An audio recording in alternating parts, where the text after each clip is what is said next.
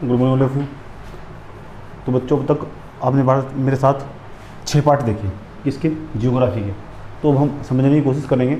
कल मुझे थोड़ा जल्दी जाना था तो इसलिए मैं क्लास की छुट्टी जल्दी कर दी बच्चों की। तो मैं आज सोचता हूँ आज मेरा एक जियोग्राफी का नंबर 6 यानी छठा क्लास होगा। अब छठे क्लास के अंतर्गत ये समझने की कोशिश करेंगे कि ऋतुओं में परिवर्तन किस तरह होता है। और मैंने आज आपके लिए एक बहुत अच्छा चार्ट बनाया है। मैं लगातार आपके साथ मेहनत कर रहा हूँ। कुछ बच्चे कह रहे थे सर आप लिखवा नहीं रहे हैं। मैंने कहा इसमें कुछ ऐसा लिखवाने का है ही नहीं जो मुझे लिखवाना चाहिए और आपके लिए बेनिफिट भी हो। जब आप लगातार 10 वीडियो पढ़ लेंगे उसके बाद बताइएगा क्या लिखवाना है क्या नहीं लिखवाना है, समझे। उसके बाद तो मैंने कहा इसमें बताइए इसमें ज़रा क्या लिखवाऊँ। 23 सितंबर 22 सितंबर ग्रीष्म ऋतु, ये क्या लिखवाने की चीज़ है? कुछ लिखवाने की चीज़ है ही नहीं, तो फिर क्या लिखवाना है इसमें, समझे। तो बात करते, मैंने कहा लिखवाने से ज़्यादा समझना ज़्यादा ज़रूरी है। अगर आप समझ लेंगे एक बार आपके दिमाग में बस जाएगा, उसके बाद कुछ है ही नहीं इसमें। यानी किसी भी एग्जाम में आप इसे लिख नहीं सकते। अगर आप नेट जीआरएफ या आप एमए जियोग्राफी से या फिर आपका बीए हिस्ट्री में सब्जेक्ट रहा है तो आप इसे खुद भी लिख सकते हैं। उसके लिए इतना ज़्यादा हाई तौबा करने की ज़रूरत नहीं है, समझे। तो बात करते हैं किसकी, आज बात करेंगे कि दिन और रात। कल हमने बात करी थी कि दिन रात कैसे होते हैं और पृथ्वी कौन कौन से प्रकार की गति करती है। तो आज बात करेंगे किसकी कि जो ऋतुओं में परिवर्तन होता है यानी मौसम परिवर्तन, जिसे हम विषुवत भी कहते हैं। मौसम में परिवर्तन किस तरह होता है। अगर ऑस्ट्रेलिया में गर्मी पड़ रही है तो भारत में सर्दी क्यों पड़ती है। अगर भारत में सर्दी पड़ रही है तो गर्मी में यहाँ पे सर्दी क्यों पड़ती है। इसकी बात समझने की कोशिश करेंगे बहुत अच्छे तरीके से। आइए इस डायमेंशन को पूरा थोड़ा खोलने की कोशिश करते हैं। ये कौन सी गति है, दिन और हमने पृथ्वी गतियाँ देखी थी। पृथ्वी के पास न केवल घूर्णन गति होती है, यह 2 प्रकार की गति करती है जिसे आप परिक्रमण गति भी कहते हैं। पृथ्वी न केवल घूर्णन गति करती है बल्कि 2 प्रकार की गति करती है। एक परिक्रमण गति, पृथ्वी सूर्य के चारों ओर भी चक्कर लगाती है। सूर्य के चारों ओर चक्कर लगाने के क्रम में पृथ्वी के पास 4 प्रकार की अवस्थाएं होती है, यानी 4 प्रकार से पृथ्वी पर मौसम में परिवर्तन पाया जाता है। इसे बाद में समझने की कोशिश करते हैं। इससे पहले एक डायमेंशन आपके साथ और खोलते हैं। वो कौन सा डायमेंशन है, थोड़ा इधर देखिए। अगर मैंने आपको उस दिन समझाया था क्लास में कि अगर आप सूर्य को एक टॉर्च मान लिया जाए, आप सूर्य को एक टॉर्च मान लीजिएगा, उसके बाद आपका ये अर्थ है। चलिए आपका ये भी अर्थ है। हमने आपको बताया था जहाँ सूर्य का प्रकाश जितने भाग पर पड़ता है, जितने भाग पर सूर्य का प्रकाश पड़ता है उस भाग को प्रकाश वर्त कहते हैं, यानी इतने भाग पर प्रकाश दिखाई पड़ेगा। और ये भी हमने आपको बताया था पृथ्वी उत्तर से दक्षिण की ओर अपने एक्स पर 23.5 डिग्री झुकी हुई है। अपने एक्स पर जब ऐसे झुकी हुई है तो आप इसे कह सकते हैं ये विषुवत रेखा है। कौन सी रेखा है, विषुवत रेखा। विषुवत रेखा के ऊपर का जो भाग होता है उसे उत्तरी गोलार्ध कहते हैं, जो नीचे का भाग होता है उसे दक्षिणी गोलार्ध कहते हैं, समझे।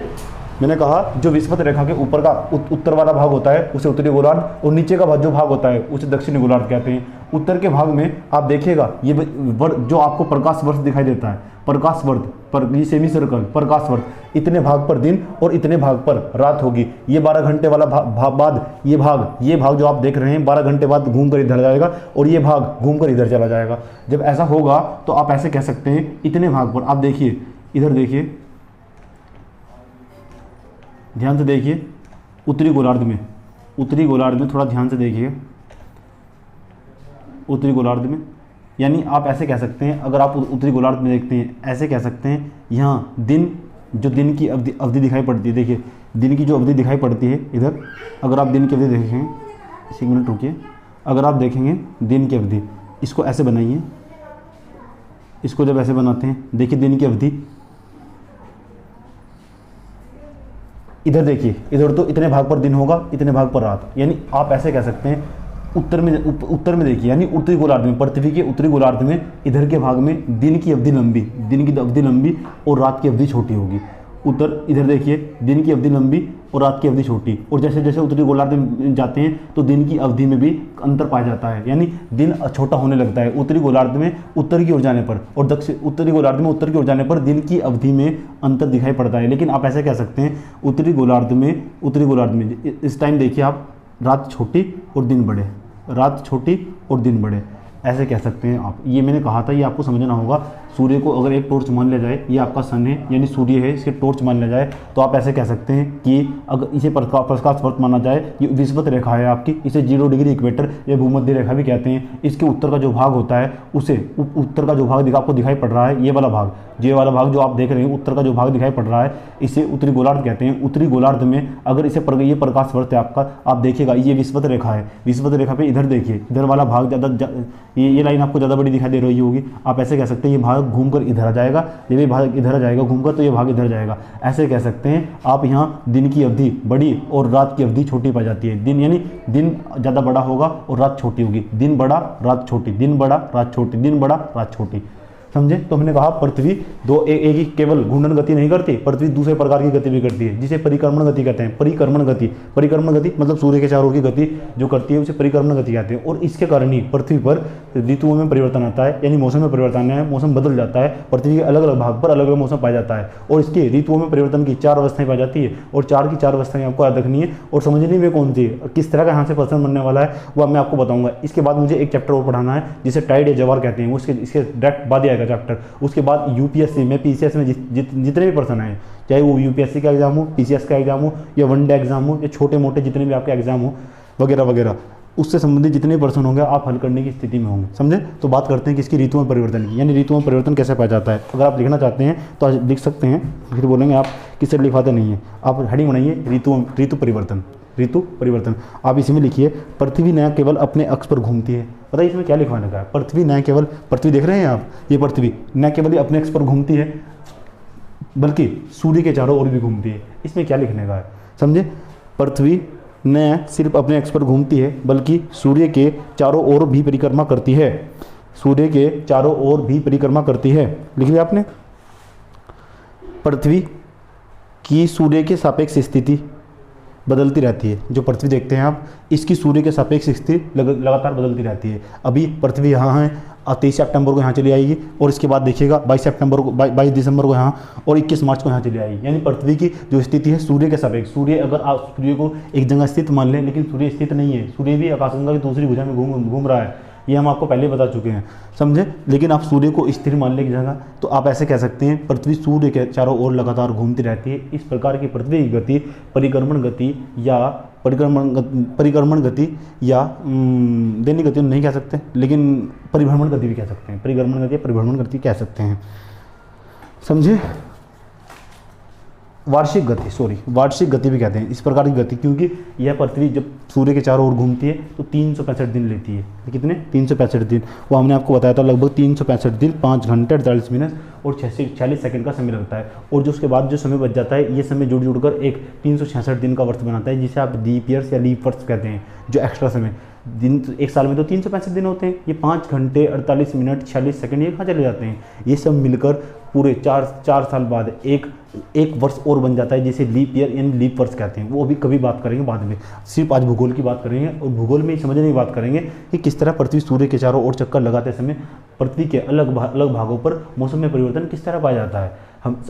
मैं ऐसा मानकर चल रहा हूँ, आप पिछले वाले वीडियो को बार बार रिपीट करके देख रहे होंगे। अगर नहीं देख रहे होंगे तो मेरा आपसे रिक्वेस्ट है, जाइए और पिछले वाले वीडियो को देखिए, उसके बाद इस वीडियो को देखने आइएगा, तभी आपके समझ में आएगा, और नहीं आपकी समझ में नहीं आएगा, आपकी छुट्टी हो सकती है, समझे। तो बात करते हैं किसकी, बात करते हैं ऋतुओं में परिवर्तन के चक्र की। तो बात ये आपका क्या है बीच में, ये आपका सूर्य है सर, ये सूर्य है। चलिए सूर्य से क्या मिलता है, प्रकाश मिलता है। सूर्य पे कौन सी क्रिया होती है, नाभिकीय संचलन की क्रिया होती है। नाभिकीय संचलन की क्रिया में क्या होता है, हाइड्रोजन रिलीज होता है। हाइड्रोजन कैसे कहते हैं, हाइड्रोजन को भविष्य का ईंधन भी कहा जाता है। अनेक प्रकार के प्रश्न, यानी जितना मैं समझाऊंगा वो सबसे बेटर है, ना कि लिखवाना। अभी लिखवाने का नंबर नहीं आया, जब लिखवाने का नंबर आएगा तो मेरा यकीन मानिए मुझसे ज़्यादा बेस्ट आपको कोई लिखवा भी नहीं सकता। और आप जहाँ भूगोल पढ़े हैं या दूसरे जो टीचर आपको छोड़कर चले गए थे, उनसे बात कंपेयर करिएगा उसके जो मैं पढ़ा रहा हूँ। अभी आपको बोरिंग लगेगा, आपको लगेगा रिलेवेंट नहीं है, लेकिन मैं कहता हूँ ये सबसे ज़्यादा रिलेवेंट है, इससे बेटर कुछ है भी नहीं, समझे। आपने पढ़ा क्या है अब तक, एशिया अफ्रीका। आप चाहे अब उठते हैं, टीचर आता है, माली पढ़ाना स्टार्ट करता है, बच्चों को इंटरेस्ट आने लगता है, और जैसे इंटरेस्ट आएगा तो बच्चा कहेगा टीचर अच्छा है, समझे। उसके बाद तो अब हम बात करते हैं कि इसकी, तो आपने लिखा, चलिए लिखते हैं।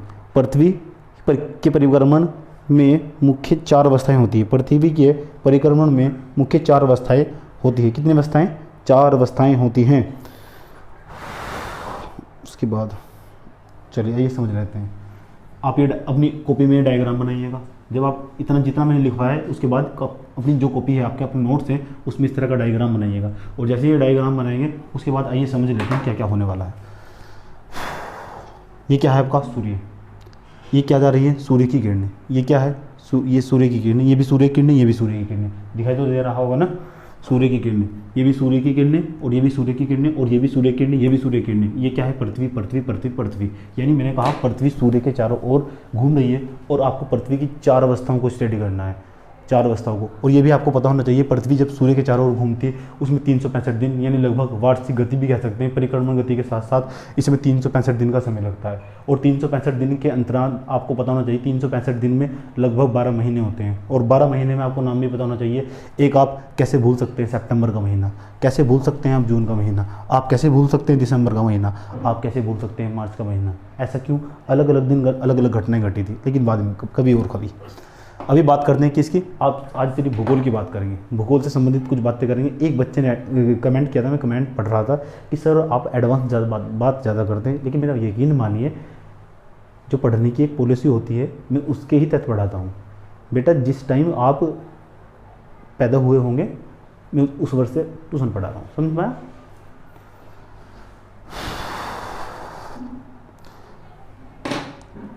चलो कोई बात नहीं, बोर्ड पर जाओ। बात करते हैं किसकी? पृथ्वी की। पृथ्वी जब सूर्य के चारों ओर गति करती है तो 2 प्रकार की गति करती है। एक घूर्णन गति अपने एक्स पर घूमती रहती है और दूसरी गति वह सूर्य के चारों ओर जो घूमती है उसे वार्षिक गति या परिक्रमण गति भी कहते हैं। वार्षिक गति या परिक्रमण गति भी कहते हैं। अब देखिएगा ये सूर्य की किरणें देख रहे हैं आप? सूर्य की किरणें ये क्या है? ऊपर देखिए उत्तर है, ये दक्षिण है। यानी पृथ्वी अपने एक्स पर 23.5 डिग्री झुकी हुई है और जैसे झुकी हुई और गति कर रही है। गति कौन सी? घूर्णन गति और परिक्रमण गति। ये घूमती घूमती इधर आ जाएगी और जैसे घूमती ये उत्तर है, ये दक्षिण है, ऐसे झुकी हुई है पड़ती ऐसे। और ये क्या है बीच में जो आपको दिखाई देगा? इसे विस्पत रेखा, 0 डिग्री इक्वेटर, ये विस्पत रेखा, ये भूमध्य रेखा कहते हैं। आपको उसका नाम याद करना ही होगा। 0 डिग्री इक्वेटर, विस्पत रेखा, ये भूमध्य रेखा कहते हैं। ऊपर ये क्या है? कर्क रेखा। नीचे क्या है? मकर रेखा। ये क्या है? कर्क रेखा। ये क्या है? मकर रेखा। कर्क रेखा। ये क्या है? मकर रेखा।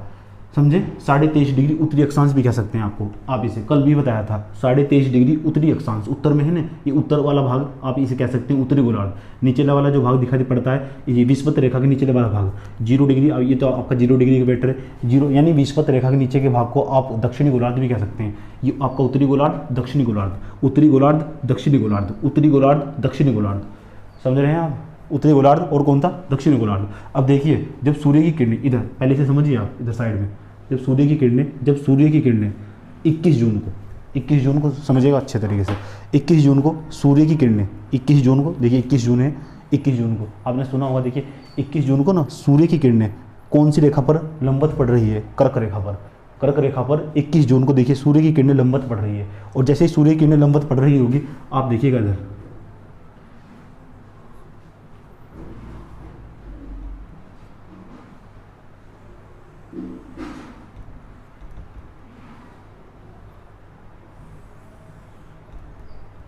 कहाँ सूर्य की किरणें लंबवत पड़ रही है? कर्क रेखा पर। किस पर? कर्क रेखा पर। देखिए ये आपका उत्तरी गोलार्ध है, ये दक्षिणी गोलार्ध है। जरा देखिए अगर आप इसे मिलाइएगा, इधर देखिए इतने भाग पर क्या होगा? दिन नहीं होगा। इतने भाग पर तो दिन नहीं होगा, तो इतने भाग पर क्या होगी? रात होगी। इधर देखिए उत्तरी गोलार्ध में, सिर्फ उत्तरी गोलार्ध में, इस लाल वाली जो रेखा दिखाई दे रही है आपको, ये लाल वाली रेखा के आप उत्तरी गोलार्ध में देखिए। उत्तरी गोलार्ध में इधर क्या है? रात, इधर क्या है? दिन। देखिए दिन लंबे और रातें छोटी, दिन लंबे रातें छोटी। डेट कौन सी है? 21 जून। और गर्मी में ऐसा ही तो होता है, गर्मी में ऐसा ही तो होता है। जब आपके यहाँ गर्मी पड़ती है 21 जून का टाइम आता है तो आपके यहाँ दिन लंबे नहीं होते क्या? क्यों? ऐसा मैं इसलिए कह रहा हूँ क्योंकि भारत भी उत्तरी गोलार्ध में स्थित है। कहाँ स्थित है? उत्तरी गोलार्ध में।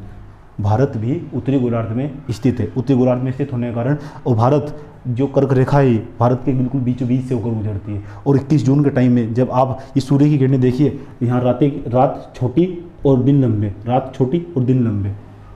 समझे? ये कब? 21 जून को। लेकिन 21 जून को एक कॉन्सेप्ट और देखेगा, 21 जून को सूर्य की किरणें कर्क रेखा पर खड़ी पड़ती है। और चूंकि जो आप कर्क रेखा कहते हैं, ये कर्क रेखा जो भारत के, ये आपका भारत का मैप है,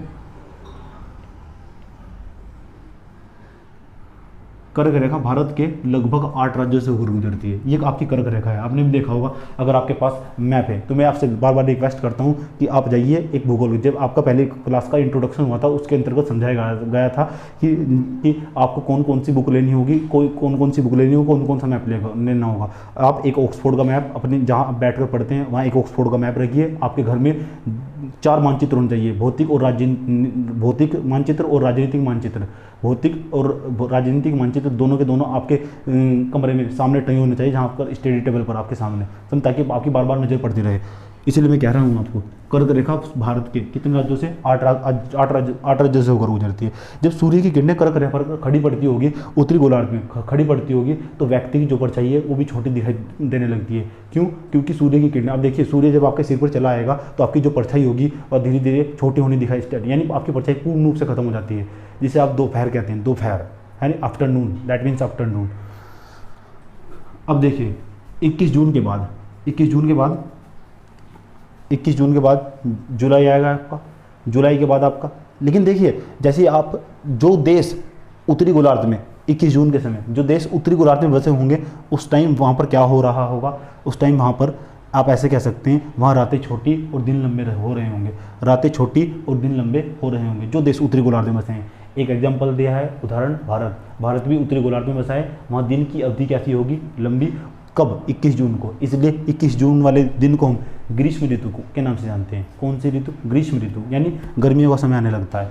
और आपको पता होना चाहिए 21 जून को सूर्य कहाँ होता है? उत्तरायण होने लगता है। उत्तरायण मतलब उत्तर में होता है, दक्षिण में बहुत कम जाता है। इसलिए जब भारत में 21 जून को गर्मी पड़ती है, ऑस्ट्रेलिया यहाँ स्थित है, ऑस्ट्रेलिया मकर रेखा, जो आप मकर रेखा देखते हैं, ऑस्ट्रेलिया के बिल्कुल बीचों बीच से होकर गुजरती है, बिल्कुल बीचों बीच से होकर गुजरती है। जब 21 जून को भारत में ठंड पड़ती है तो आप ऐसे कह सकते हैं 21 जून को भारत में ठंड पड़ती है तो आप ऐसे कह सकते हैं, भारत में गर्मी पड़ती है तो आप ऐसे कह सकते हैं ऑस्ट्रेलिया में लगातार ठंड पड़ती हो। समझे?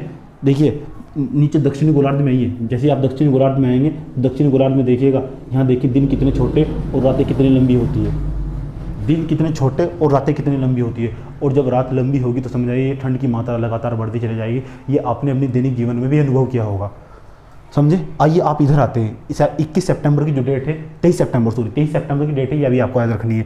ये कौन सा इक्वेटर है? 0 डिग्री इक्वेटर। ये क्या है? कर्क रेखा। ये क्या है? मकर रेखा। ये कितनी डिग्री अक्षांश है? 23.5 डिग्री अक्षांश, उत्तरी अक्षांश। इसे क्या बोलते हैं? उत्तरी गोलार्ध। इसे क्या बोलते हैं? दक्षिणी गोलार्ध। दक्षिणी गोलार्ध में कौन सी रेखा स्थित है? मकर रेखा। इसे 23.5 डिग्री दक्षिणी अक्षांश भी कहते हैं। जितना मैं बोलूँगा और जितना आप अपने मुंह से बोलते जाएंगे उतना ज़्यादा आपको याद होता जाएगा और आपको दोबारा रिपीट करने की जरूरत नहीं पड़ेगी। 23.5 डिग्री उत्तरी अक्षांश, 23.5 डिग्री दक्षिणी अक्षांश। 23.5 डिग्री उत्तरी अक्षांश को आप कौन सी रेखा बोलते हैं? कर्क रेखा। लेकिन देखिएगा जैसे ही आप इधर देखिए, यहाँ सूर्य की किरणें विषुवत रेखा पर खड़ी पड़ रही हैं। जब सूर्य की किरणें विषुवत रेखा पर खड़ी पड़ती होगी तो यहाँ इस समय एक बात आप नोट कर लीजिएगा, यहाँ 12 घंटे का दिन। इधर देखिए, ये आपका क्या कहलाएगा? प्रकाश वर्ष। जब ये प्रकाश वर्ष कहलाएगा तो आप देखिए यहाँ, इधर देखिए, यहाँ 12 घंटे का दिन, जितना दिन इतनी रात, जितना दिन इतनी रात, जितना दिन इतनी रात, जितना दिन इतनी रात, जितना दिन इतनी रात, यानी 12 घंटे का दिन और 12 घंटे की रात। ऐसे कह सकते हैं 21 जून के बाद धीरे धीरे जो आप देखिए, इधर क्या है? उत्तर, ये क्या है? दक्षिण, इधर क्या है? उत्तर, ये क्या है? दक्षिण। यहाँ जब सूर्य 21 जून के बाद, जून, जुलाई, अगस्त, सितंबर, जून के बाद सूर्य जब धीरे धीरे आगे की ओर बढ़ता है, आगे की ओर बढ़ता है, तो आप ऐसे कह सकते हैं 23 सितंबर तक पूरी पृथ्वी पर कर्क रेखा पर सूर्य की किरणें, कर्क रेखा नहीं सॉरी विषुवत रेखा पर सूर्य की किरणें, कर्क रेखा पर नहीं, विषुवत रेखा, बीच वाली रेखा को विषुवत रेखा कहते हैं। सूर्य की किरणें लगातार खड़ी पड़ती है और जैसे ही सूर्य की किरणें लगातार खड़ी पड़ेगी तो वहाँ 12 घंटे का दिन, 12 घंटे की रात होगी। क्या ऐसा सिर्फ यही होता है? नहीं, ऐसा सिर्फ नीचे भी होता है। ये दो डेट आपको सेट करके रखनी दिमाग में, एक तो 23 सितंबर, एक कौन सी 21 मार्च। 21 मार्च को भी सूर्य की किरणें विषुवत रेखा पर खड़ी दिखाई पड़ती है, इसलिए वहाँ 12 घंटे का दिन और 12 घंटे की रात होती है और ज़मीन धधकने लगती है। कैसे? ज़मीन क्या होती है? धधकने लगती है, और धधकने के साथ क्या होती है कि सूर्य की किरणें यहाँ पड़ी हो, यहाँ पड़ेगी, और जैसे सूर्य की किरणें यहाँ पड़ी होगी तो आप ऐसे कह सकते हैं यहाँ का जो पानी होगा वो वाष्प बन के ऊपर उड़ेगा, और जैसे पानी वाष्प बन के ऊपर उड़ेगा, आपने देखा होगा जब आपने यहाँ बर्तन में पानी गर्म करिएगा और जैसे पानी गर्म करेंगे तो उसके प्लेट हटाइएगा ऊपर से, और जैसे प्लेट हटाएंगे तो पानी वाष्प बन के ऊपर उड़ने लगता है। ऐसा ही यही कॉन्सेप्ट यहाँ अप्लाई होता है। जैसे ये कॉन्सेप्ट यहाँ अप्लाई होगा तो यहाँ का पानी वाष्प बन के ऊपर उड़कर बादल का निर्माण करेगा, और जैसे बादल का निर्माण करेगा वो जो वायु के यानी पृथ्वी की घूर्णन गति के कारण उन बादलों को वायु पहाड़ों की ओर ले जाएगा, और ये बादल पहाड़ों से टकराएंगे और अलग अलग क्षेत्र में जाकर लगभग 200-300 किलोमीटर के क्षेत्र में जाकर घोर वर्षा करेंगे। समझे? बाद में बताएंगे आपको, बाद में बताएंगे, ज़्यादा तेज तो नहीं होना। मैंने कहा आप वीडियो को आराम से, आपके पास तो बहुत ऑप्शन है, संस्थान के द्वारा आपको बहुत छूट दी जाती है। समझे? चलिए मैं इतना ही तेज समझाता हूँ, इतना ही तेज समझाता हूँ। एक बच्चे का कमेंट आया, मैं आपके कमेंट पढ़ता रहता हूँ, समझ में आया कि सर आज आप बहुत तेज़ पढ़ाने लगे, लेकिन मैं कहता हूँ नहीं बच्चा, आपकी स्पीड बहुत कम है, आपकी स्पीड बहुत धीमी है, मेरी स्पीड ज़्यादा नहीं है, आपको आदत डालनी पड़ेगी इसी के साथ पढ़ने की। समझ में? चलिए उसके बाद 23 सितंबर के बाद 22 दिसंबर, सितंबर, अक्टूबर, नवंबर, दिसंबर, सितंबर के बाद अक्टूबर, नवंबर, दिसंबर, यानी 3 महीने बाद सूर्य धीरे धीरे धीरे धीरे धीरे, ये क्या है आपका उत्तर, ये क्या है आपका दक्षिण, यानी 23 सितंबर के बाद सूर्य दक्षिणायन होने लगता है। दक्षिणायन होने का क्या मतलब है? यानी सूर्य जहाँ सूर्य की किरणें विषुवत रेखा पर खड़ी पड़ रही थी वे धीरे धीरे धीरे दक्षिण में पड़ेगी। हम देखिए, क्योंकि पृथ्वी, मैंने कहा आपको दो प्रकार की गति करती है, घूर्णन गति, परिक्रमण गति। पृथ्वी गति करती करती ऐसे आ जाएगी। जब ऐसे आ जाएगी, ये देखिएगा सूर्य की किरणें किस पर खड़ी पड़ रही है? मकर रेखा पर। यानी आप ऐसे कह सकते हैं जो भी देश दक्षिण गोलार्ध में स्थित होंगे, जैसे कौन सा? ऑस्ट्रेलिया, ब्राज़ील, अर्जेंटीना, और कौन सा? अफ्रीका, इस तरह के कांगो घाटी, बोत्सवाना वगैरह वगैरह, जितने भी देश हैं, जितने भी देश इस रेखा पर स्थित है, कौन सी रेखा पर? मकर रेखा पर स्थित है। तो आप ऐसे कह सकते हैं, यहाँ देखिए सामने ये वाला भाग प्रकाश में होगा, जब ये प्रकाश में होगा तो यहाँ दिन, यहाँ रात, यहाँ दिन, यहाँ रात, यहाँ दिन, यहाँ रात, यानी यहाँ दिन की अवधि बड़ी। दक्षिणी गोलार्ध में दिन की अवधि बड़ी और रात की अवधि छोटी पाई जाएगी। दिन की अवधि बड़ी और रात की अवधि छोटी पाई जाएगी। दिन की अवधि बड़ी, आप ऐसे कह सकते हैं दिन की अवधि कैसी? बड़ी, और रात की अवधि छोटी पाई जाएगी। ये देखिए, दिन की अवधि बड़ी, रात की अवधि छोटी पाई जाएगी। कब? 22 दिसंबर को। और जैसे आप सोचिए, अपने दिमाग पर जोर डालिए, यानी सूर्य इस टाइम कहाँ है? दक्षिण में। जब सूर्य दक्षिण में होगा तो दक्षिण में जितने भी देश बसे होंगे तो वहाँ आप ऐसे कह सकते हैं वहाँ गर्मी पड़ रही होगी। यानी 22 दिसंबर को दक्षिण में, 22 दिसंबर को दक्षिण में जब जितने भी देश बसे हुए, ऑस्ट्रेलिया में गर्मी पड़ती है। जब 22 दिसंबर को वहाँ गर्मी पड़ती है तो वहाँ के लोगों का जो तापमान है वो उसके शरीर के अनुकूल नहीं होता है। इसलिए माइग्रेट तो नहीं कह सकते, लेकिन ऐसे कह सकते हैं टूरिज्म, हम यानी भारत का टूरिज्म बन के वहाँ से इंडिया में चले आते हैं, क्योंकि वहाँ 22 दिसंबर को गर्मी पड़ती है और यहाँ पे ठंड पड़ती है। समझे? और आपने देखा भी होगा कि बिना स्वेटर के यहाँ, मतलब यहाँ की जो सर्दी होती है उसमें बिना स्वेटर के घूमते फिरते रहते हैं। यानी 22 दिसंबर को भारत में बहुत कड़ाके की ठंड पड़ती है। क्यों? क्योंकि वहाँ का जो उनका शरीर का टेम्परेचर उनके वहाँ के अनुकूल है, और वहाँ से में प्रवास करते हैं। प्रवास करने के दौरान यहाँ भारत में प्रवेश कर जाते हैं और यहाँ पर बड़े स्केल पर पैसा खर्च करते हैं, जिन्हें हम टूरिज्म बोलते हैं। उत्तराखंड में पहुँच जाते हैं। उत्तराखंड में और अलग अलग पर्यटक स्थल, जहाँ भी भारत के अंदर पर्यटक स्थल मौजूद है, अलग अलग स्थानों पर जाते हैं। समझ गए? यही कारण है। और इसका एक आर्थिक बेनिफिट भी है। आर्थिक बेनिफिट मतलब इसका इकोनॉमिक लाभ भी है आपको। आपकी इकोनॉमी, आपकी जीडीपी बढ़ती है इससे। किस तरह बढ़ती है आपकी जीडीपी? क्योंकि आपका टूरिज्म बढ़ता है। कैसे? जब यहाँ के लोगों को ज़्यादा गर्मी लगती है, वे कहाँ चले आते हैं? भारत में। क्यों? भारत में इस टाइम क्या हो रही होगी? भारत में इस टाइम हो रही होगी ठंड। समझे? यहाँ क्या है? गर्मी।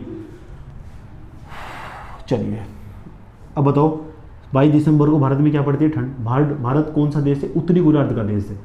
समझ में आया? भारत क्या है? उत्तरी गोलार्ध का देश है। और उत्तरी गोलार्ध में इस टाइम यहाँ देखिए, जो दिन की अवधि होगी बहुत छोटी होगी और रातें बहुत लंबी होगी। यहाँ दिन की अवधि क्या होगी? छोटी, और रातें क्या होगी? लंबी होगी। समझ में आया बात?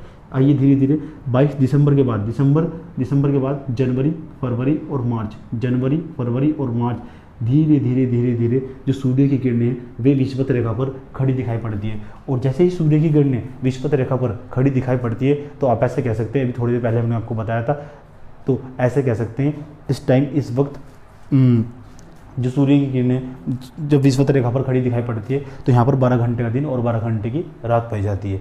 उसके बाद क्या होगा, ये जो आपका सूर्य है इस टाइम 21 मार्च को आप वसंत ऋतु भी कहते हैं। कौन सी ऋतु? वसंत ऋतु भी कहते हैं। उसके बाद सूर्य की किरणें 21 मार्च से 21 जून तक लगातार धीरे धीरे जो सूर्य होगा आपका ये दक्षिणायन होने लगता है। दक्षिणायन होने का मतलब सूर्य की किरणें दक्षिणायन नहीं उत्तरायण होने लगता है 21 जून को। 21 मार्च से लेकर 21 जून तक सूर्य धीरे धीरे आपका उत्तरायण होने लगता है और सूर्य की किरणें कर्क रेखा पर खड़ी पड़ती है। और जब सूर्य की किरणें कर्क रेखा पर खड़ी पड़ती है तो आप समझ सकते हैं कर्क रेखा भारत के बीचों बीच से होकर गुजरती है। जब आप ऐसे कह सकते हैं 21 जून को भारत में दिन की अवधि लंबी और रात छोटी पाई जाती है। क्यों? सूर्य, आप इसे और अच्छी तरह जब समझ सकते हैं जब मैं आपको भारत का मैप समझाऊंगा। आगे मैं भारत के मैप समझाने वाला हूँ, लेकिन इसके बाद हम टाइड पढ़ेंगे। आज का मेरे ये चैप्टर में इसे यहीं विराम देता हूँ। इसके बाद मुझे तो लगता नहीं इसमें कुछ लिखवाने का होगा। अभी किसी के लिए किसी एग्जाम के लिए बेनिफिट भी नहीं है समझ। इसके प्रश्न आया करते थे, प्रश्न कहाँ से आएंगे वो सोनू सर बताएंगे।